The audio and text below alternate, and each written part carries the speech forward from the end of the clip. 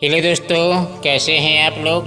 Welcome, स्वागत करते हैं एक और नए वीडियो में। आज का हमारा टॉपिक है 70 चेले यीशु से लौट के कहने लगे। एक समय की बात है जब चेले लोग प्रार्थना से दुष्टात्माएं निकालते थे, लोगों को चंगा करते थे। वे बहुत खुश थे और आकर कहने लगे यीशु से, हे प्रभु, तेरे नाम से तो दुष्टात्माएं हमारे कब्जे में हैं और डरती हैं।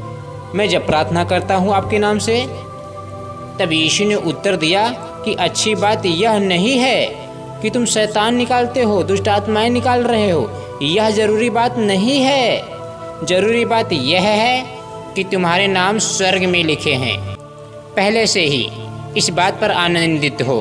लूका 10 अध्याय का 20 और 21 वचन यहाँ पर इस प्रकार से लिखा हुआ है, देखो मैंने तुम्हें सांपों और बिच्छुओं को रौंदने का और शत्रु की सारी समर्थ पर अधिकार दिया है। किसी वस्तु से तुम्हें कुछ हानि ना होगी। सांप और बिच्छू शैतान और दुष्टात्माओं को यीशु बोल रहा है, अपने चेलों से कह रहा है। आप जंगल या घर वाले सांप को मत समझ लेना। अगर आप कोबरा पर पैर रख दोगे तो वह तुरंत काट लेगा। अगर बिच्छू को पकड़ोगे तो वह तुरंत डंक मार देगी। यीशु यहाँ पर सांप और बिच्छुओं को शैतान के बारे में बता रहा था अपने 70 चेलों को। जब वे प्रचार करके यीशु के पास आकर कहने लगे थे, तेरे नाम से शैतान हमारे वश में है प्रभु, बड़े खुश हैं हम।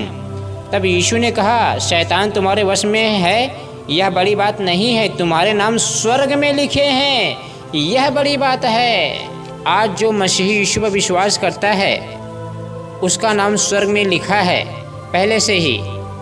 लेकिन सबका नहीं, 5 कुंवरियाँ फिर भी रह गई थीं। बहुत सारे मसीही लोग छोड़ दिए जाएंगे। इसका कारण यह है उनके काम बुरे हैं। हे प्रभु कहते हैं लेकिन आज्ञाएं नहीं मानते हैं।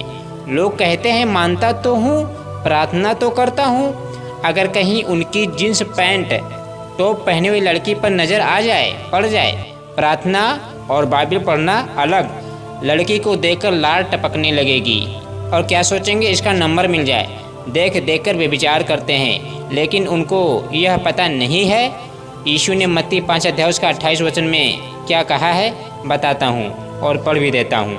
परंतु मैं तुमसे यह कहता हूँ कि जो कोई, यानी कोई भी इंसान हो, जो कोई किसी स्त्री पर कुदृष्टि डाले यानी गंदी नज़र से देखे, अपने मन में उससे व्यभिचार कर चुका।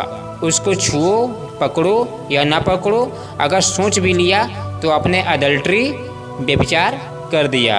जब हम मत्ती 6 अध्याय का 22 वचन को देखते हैं और पढ़ते हैं तो वहाँ पर यीशु क्या कह रहे हैं, शरीर का दिया आँख है, यदि तेरी आँख निर्मल है तो तेरा सारे शरीर भी उजियाला होगा।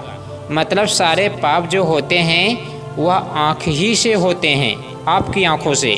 अगर आप फिल्मी गाने सुनते हैं, सेक्स वीडियो देखते हैं, आंखें खोल के लड़की से बात करते हैं, गंदी बातें बोलते हैं, तो अभी आपका उद्धार नहीं हुआ है। इसकी कोई गारंटी नहीं है कि आप उठाए जाओगे बादलों में यीशु के साथ। आज भी एजेबेल की आत्मा काम कर रही है, क्योंकि वह यहोवा की दुश्मन थी और बाल की उपासना करती थी और यहोवा के नबियों को मरवा डालती थी। वह राजा आहाब की पत्नी थी मेरे मसीह बहनों, जो यहोवा के नबियों को चुन चुन के मारती थी। एक समय ऐसा आया, यहोवा ने एजेबेल के बारे में कहा था, पहला राजाओं 21 अध्याय का 23 वचन यहाँ पर इस प्रकार से लिखा हुआ है, और एजेबेल के विषय में यहोवा यह कहता है, एजेबेल के किले के पास कुत्ते एजेबेल को खा डालेंगे। एजेबेल की आत्मा आज भी काम कर रही है, क्योंकि वह बाल की उपासना करती थी मेरे मसीह बहनों। लड़कियों को संवारना, क्रीम पाउडर लगाना, ताकि लड़के देखकर व्यभिचार करें, पाप में फंसे रहें और स्वर्ग न जा पाएँ, मेरे साथ नर्क जाएं। ये एजेबेल की सोच है, यानी गंदी आत्माओं की सोच है।